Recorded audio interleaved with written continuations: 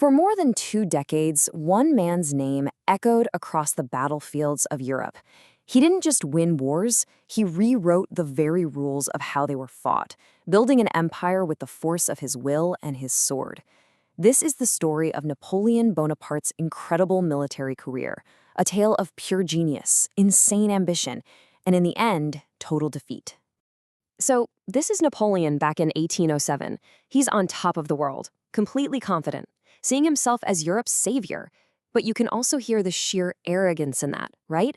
It's that kind of hubris that's going to drag him into a disaster in Spain and really foreshadow the whole unraveling of his empire. Okay, so let's get into it. How does some guy from a minor noble family in Corsica end up becoming the most feared general in all of Europe? Well, it all starts with a revolution. See, before the French Revolution, you had to be born into the right family to get anywhere in the army. It was all about aristocracy. But the revolution just shattered all that. Suddenly, it wasn't about who your dad was. It was about how good you were. And for a guy like Napoleon, a brilliant artillery officer, this was the perfect storm. And man, did he rise fast. I mean, it was just meteoric. It starts in 1793 at the Siege of Toulon. This is where everyone first gets a glimpse of his tactical genius. Then you jump to the Italian campaign, where he takes this really demoralized French army and just starts racking up these incredible, lightning-fast victories, finally crushing the Austrians at Rivoli. Think about that. In under 4 years, he goes from being a total unknown to a national hero. It's insane. So how did he do it? What was his secret sauce? Well, this slide kind of breaks it down. This was his winning formula. First off, speed. He moved his armies faster than anyone thought possible, which allowed him to divide his enemies and beat them one by one. He also had his troops live off the land. This was a game changer. It meant no more slow, clumsy supply wagons holding them back. And on top of all that, the guy was just incredibly charismatic. His troops would literally follow him anywhere. This whole package, it completely rewrote the rules of war. Okay, so with this new way of fighting, Napoleon goes on to build what was probably the most fearsome army of its time. Let's talk about this incredible war machine he created, the Grande Armée. I mean, this wasn't just any army. It was like an extension of Napoleon himself. It was super organized, incredibly motivated, and led by a whole new breed of commanders. Guys who got their jobs because they were good, not because of their family name. The Grande Armée became the tool he used to dominate the entire continent. And this is where you really see the peak of his power. These victories were just legendary. You've got Austerlitz in 1805. That was his absolute masterpiece, where he just crushed a combined Austrian and Russian army.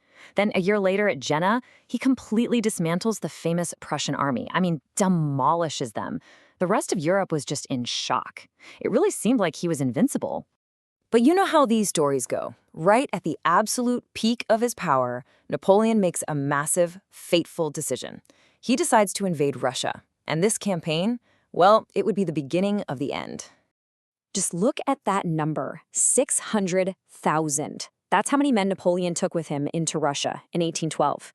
To put that in perspective, it was the biggest European army ever assembled at that point. His plan was simple. March in, force one big battle, win, and be home in a few weeks. Easy, right? Yeah, well, Russia wasn't anything like Central Europe. His whole strategy of living off the land totally fell apart in Russia's huge, empty countryside. The roads were awful, which slowed everything down, and as the Russians fell back, they just burned everything in their path, leaving nothing. On top of that, disease, things like typhus and dysentery, were tearing through his troops long before winter even hit.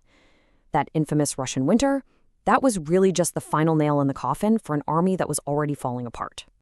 And the cost, I mean, it's just staggering.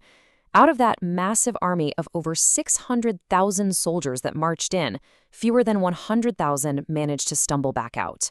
The Grande Armée was essentially destroyed, its core of veteran soldiers lost forever.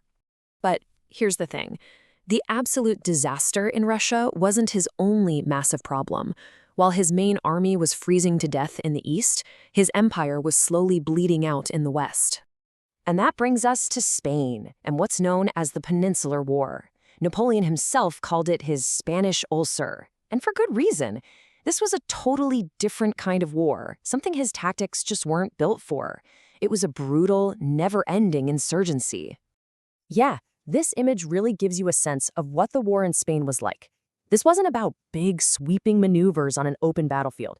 No, this was gritty, nasty, up-close fighting against an entire country that had risen up against him. So this is the key difference you have to understand. Napoleon was the master of the big, conventional battle, army against army, clear front lines. But in Spain, he was up against guerrilla warfare, what the Spanish called the Little War.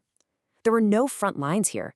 His enemies would just hit his forces and then vanish back into the local population. It was impossible to pin them down. And the cost of this ulcer was just astronomical. We're talking over 250,000 soldiers lost over 6 years in Spain and Portugal. It was this constant, slow drain of men and money that he really needed for his other campaigns. So, with the catastrophe in Russia and this bleeding wound in Spain, Napoleon's empire starts to crumble. He's eventually defeated and forced to give up his throne in 1814. But, of course, the story doesn't end there. We've got one more dramatic act to go. He actually escapes from his first exile on the island of Elba, lands back in France, and somehow rallies the entire country behind him for one last shot at glory. This period is famously known as the 100 Days, and it all leads to one final epic showdown. This time, Europe was done playing games. The second he set foot back in France, all the major powers of Europe declared him an outlaw.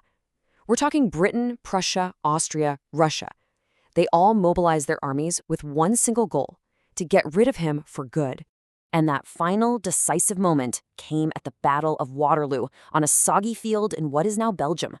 On June 18, 1815, his new French army went up against a coalition led by the Duke of Wellington and the Prussian Marshal Blucher, and he was completely defeated. His last gamble had failed. And this time, there was going to be no second escape. The Allies sent him to St. Helena. This place is literally a remote volcanic rock in the middle of the South Atlantic, thousands of miles from anywhere. It was the ultimate prison. And that's where the man who once ruled a continent spent the rest of his life. So when you look back, there's no question the man was a military genius. But it seems like the very same ambition that powered his incredible rise was also what led to his biggest blunders, like in Spain and Russia. Which brings us to this final question. He fought in over 80 battles and won almost all of them. So was his downfall just bound to happen? Or was it the inevitable price he had to pay for a kind of genius that just burned too bright?